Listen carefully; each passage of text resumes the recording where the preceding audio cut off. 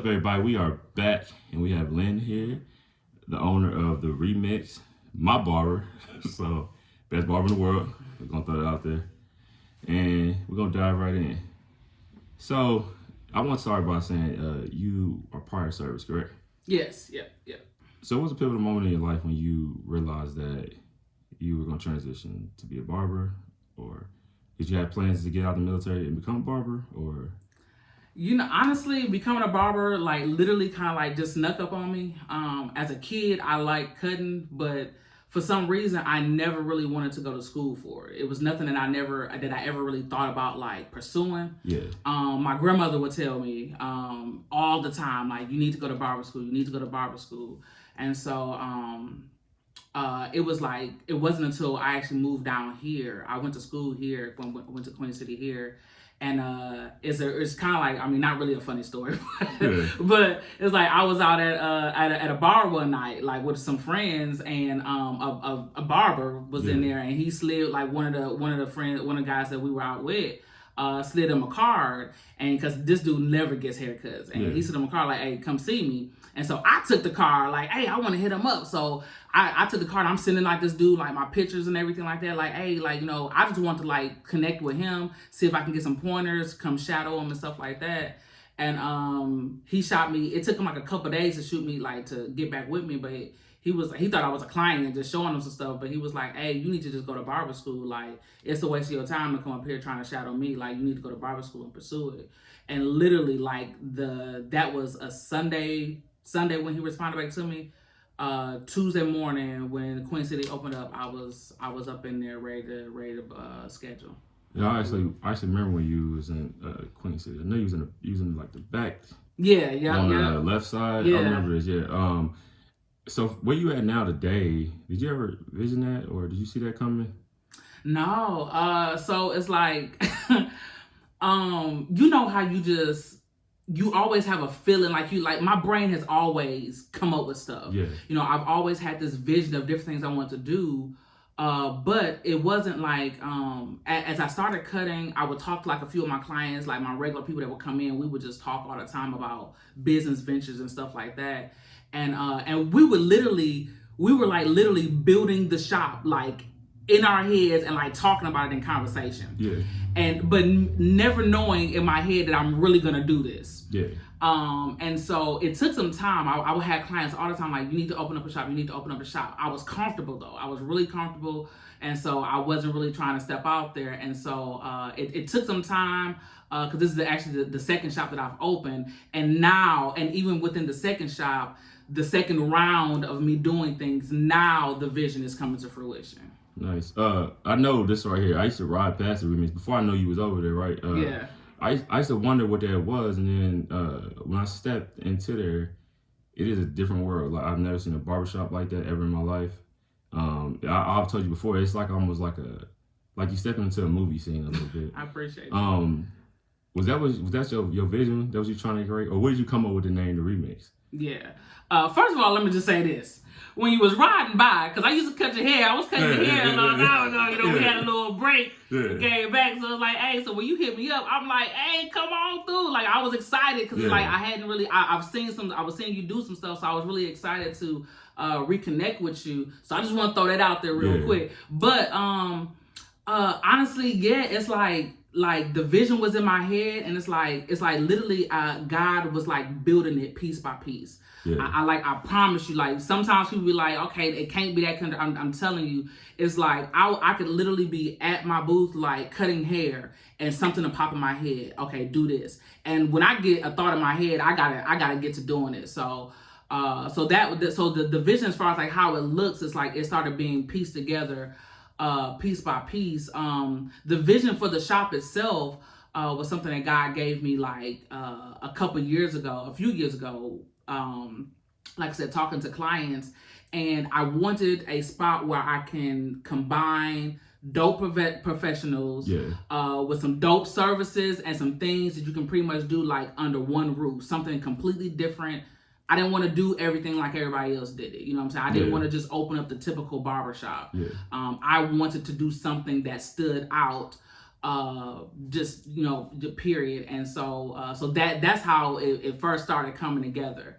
And then, like I said, when I went through the second round, like it's like the vision just started just like piecing together, like, okay, as far as like how it looked, how it flowed, making sure like literally like when you step inside, it's like I want you to feel like you just went somewhere else. Yeah, that's how I feel too. Yeah. Every time I come there, it's like, man, this I'm telling you, it look like it could be on a movie, like Hollywood made it to me. That's how I feel. When I appreciate you, man. But that was like, people come in, they're spending their money. Everybody got different things going on. It's like I wanted to give them something different. I like.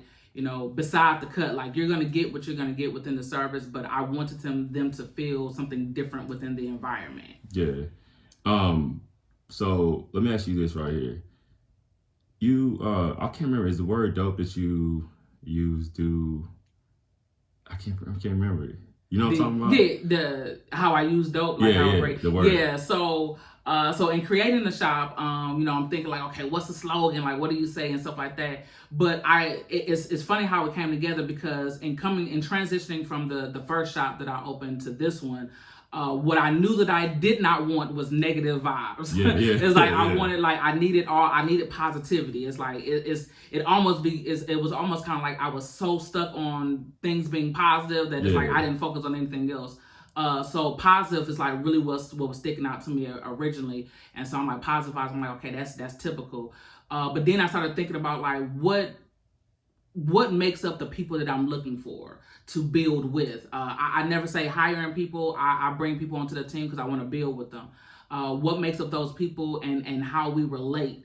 And that's kind of like how DOPE came up. And so DOPE stands for driven, original, positive, and empowered. Those were 4 things to me that I felt like was really important in this industry, probably in any industry, but definitely for what it is that I was doing, is like having that drive, being original, is like, and positivity, having that, and then being empowered, because a lot of times what keeps us from moving forward is not feeling like we can do it. So let me ask you something. As a Black business owner and a Black woman that's very successful, what are some of the obstacles you face in your career field? I ask a lot of artists that come on the show, I ask them, do they experience hatred in their own city? Yeah. Me and you not from here, so they tell me all this stuff. I wasn't raised here. I was like in and out, so I don't know all the politics they have here. But do you ever experience any hatred as being a woman barber, you're a Black woman? So do you ever come off as a threat to people, or they look at you as a threat just at hello? So, I've been told many times that I'm intimidating. I'm like, I am aggressive. I'm an aggressive person, and I speak my mind, and I believe in like honesty over like I want to be honest with you first and foremost. But I also stand on like who I am and what it is that I do, and so some people have said that that's intimidating. I work in a male dominant industry. So for me, I feel like there's a certain attitude that you kind of have to survive with men. But at the same time, it kind of throws men off, because they're used to like, first of all, they feel like this is their industry.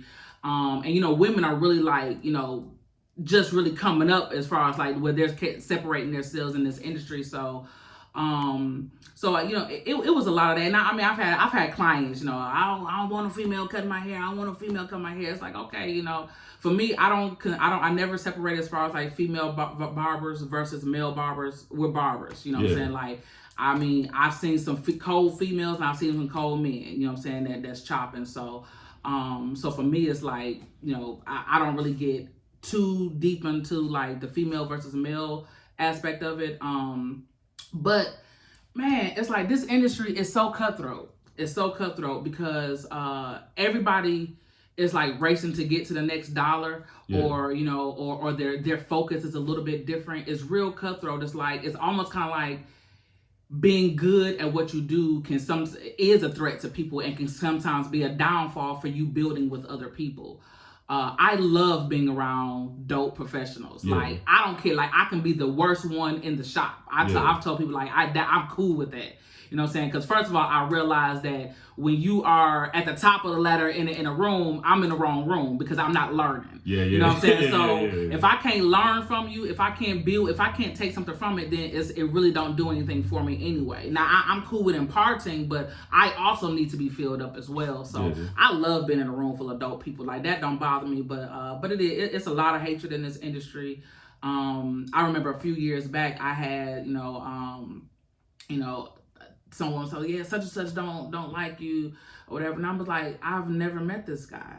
Like why don't that a lot. I don't even know you. You know what I'm saying? So I've had some barbers that I've literally just like I shot them. Hey, listen, like just pull up on me, sit down and have a conversation with me. What you drink? What you eat? Like, come on, let's sit down and let's break bread together. Because most times when you actually sit down, you're just gonna realize like she just about her business. You know what I'm saying? I love what I do. I love my community. I love what I do. I love giving back. I mean, there's so many things about this that I love doing, and I love connecting. I love networking. So it's like if you sit down with me 9 times out of 10, you're gonna realize like, okay, now she dope. She about her business. You know what I'm saying? I don't play about that, but yeah, so it's unfortunate because it's a lot of dope professionals in Clarksville. I promise you, it's a lot of great people. But they gotta. I think a lot of people, they haven't reached that pinnacle yet where they can separate emotions from business. Because most time, if you, like you said before, you see somebody that's I ain't gonna say quote unquote better than you, they doing something that's good, you could learn from them. If you ain't willing to learn from them, then they letting emotion and jealousy set in. That's what I believe. Exactly. And see, that's what I tell people. Like for me, it's like if you see somebody that's doing something like I'm not necessarily like a design barber. I can do some designs. It takes me a little bit longer to do them. But if I'm working with somebody that killed, like I used to work with a barber that killed designs. So I'm looking at. So for me, first of all, if I can't do that, that's where I'm sending you at, and then I'm watching so I can pick up things or whatever. But it's like I've never found it necessary for me to not want to congratulate those that are great at what they do, and sit down and be willing to learn from them, take notes on some different things. I think that's one of the things that has separated me. It's like from the time I was in school. I networked with barbers like from all over California, Atlanta, Philly, just different areas. And that was my thing, was like, what are you doing different? And how do I learn from that and now build it to make it my own? Nice. So you got the name of your shop is The Remix, and that name originates from, where does it originate from? So really, honestly, I was asleep one night and thinking on names, and we went through a few of them. And so I came up with the vision for the name before the name actually came together. And it was like, what am I doing? I want to bring dope professionals from all around the industry. It doesn't matter to me what you do. I want to bring a collection of people together and be able to give out a wide variety of services. And so I was like, hey, I was like remix. I was like, that's like kind of like like I started thinking in terms of music. And I'm like, okay, so what do they do in remix for music? Like you take an old song and you kind of like put a little new spin on a new little thing on it, and you put it out there. And I said, so this is what I want to do.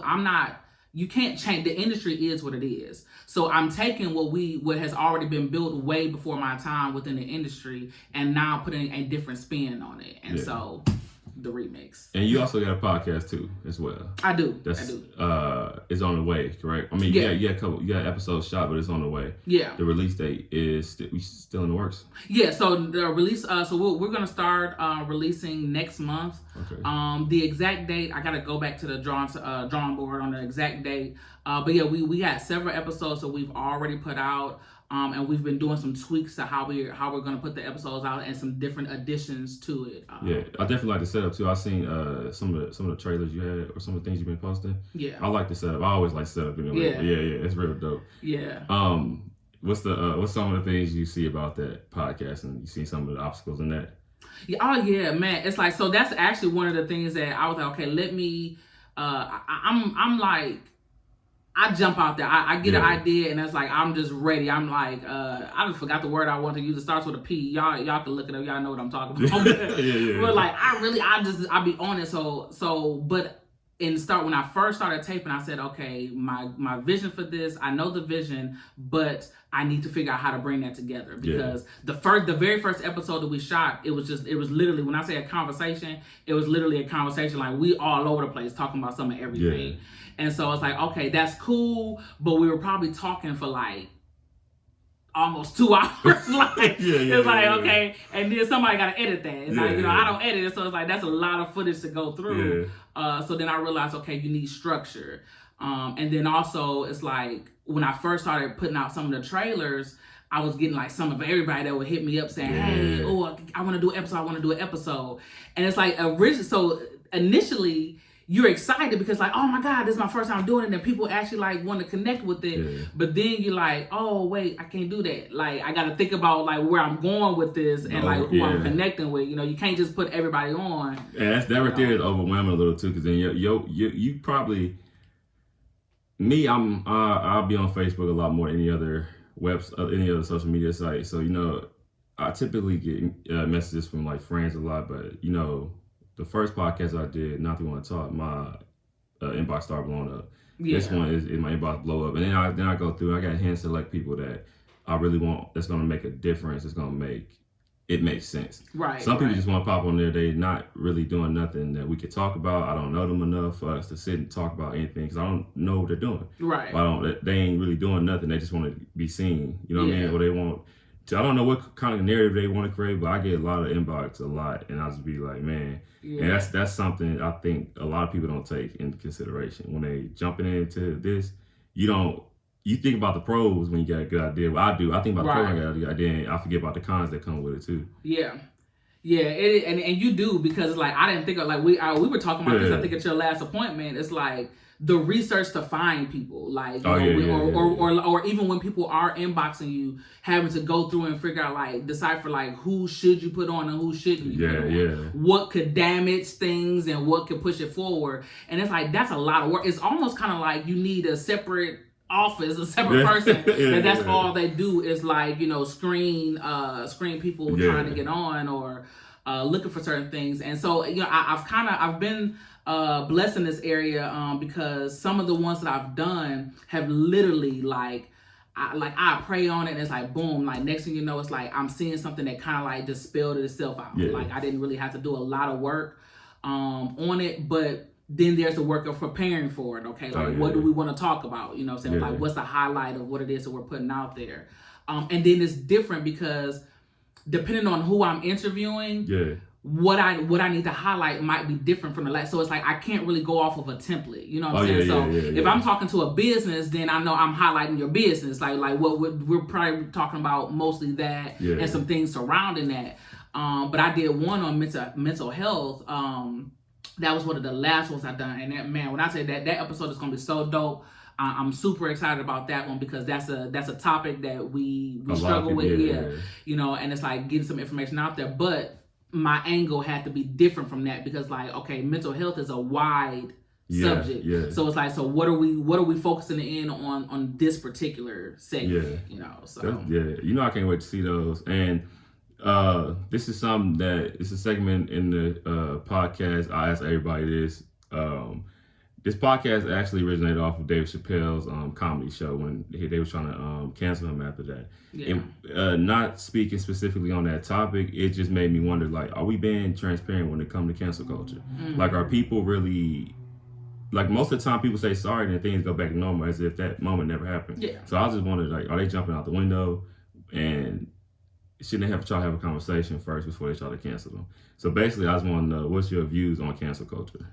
Kind of like what you just ended up saying is like, I think everything deserves a conversation. We as a society, we get so wrapped up into like wanting to condemn every single person for every single thing, every situation without understanding anything.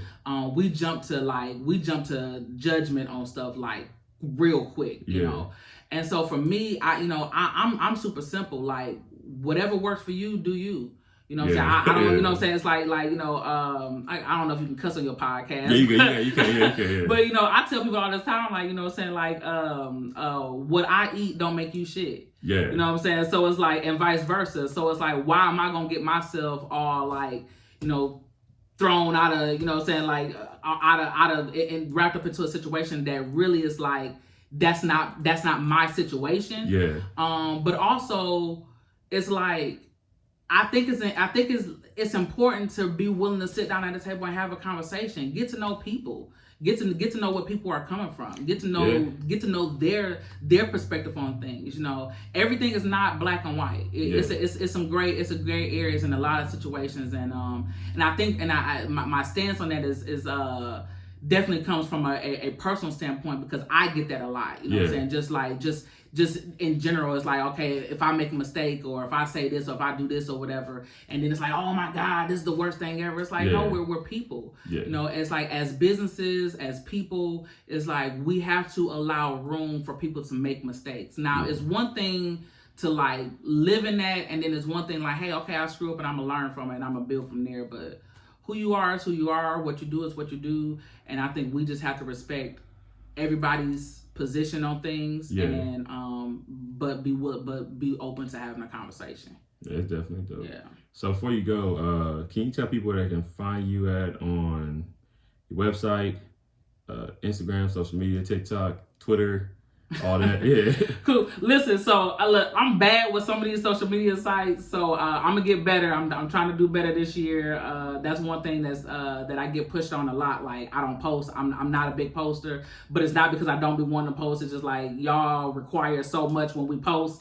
It has to be done a certain way. But I don't even remember. I don't even remember all of my social media tags. But we have a website, theremixtn.com, that has all of our stuff on there, our YouTube, our Facebook, our Instagram. My personal Instagram is Linsang Cuts, Linsang_cuts. And it's Linsang on Facebook as well. And just the shop's Instagram is The Remix LLC on Instagram and Facebook. The other ones we do have, but you can connect from those from Instagram or Facebook. The website will always have everything you need. Good shit. Y'all make sure y'all follow her and book y'all haircut appointments. Book those spots. Responsibly. Please book responsibly. Please read all of the information that's on there. I promise you. All of the information over there, but book those spots. We got some. If I could throw this in there, you can. We got some. We got a lot of new services that's coming February 1st.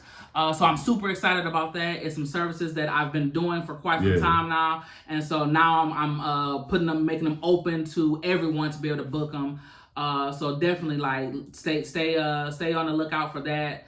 Like I said, through our social media, we will be posting about that stuff, but we got a lot of new services, a lot of things going on within the shop. And so definitely like stay tuned in. And y'all be on the lookout for that podcast next month. And The Turntable. Yeah, and we out.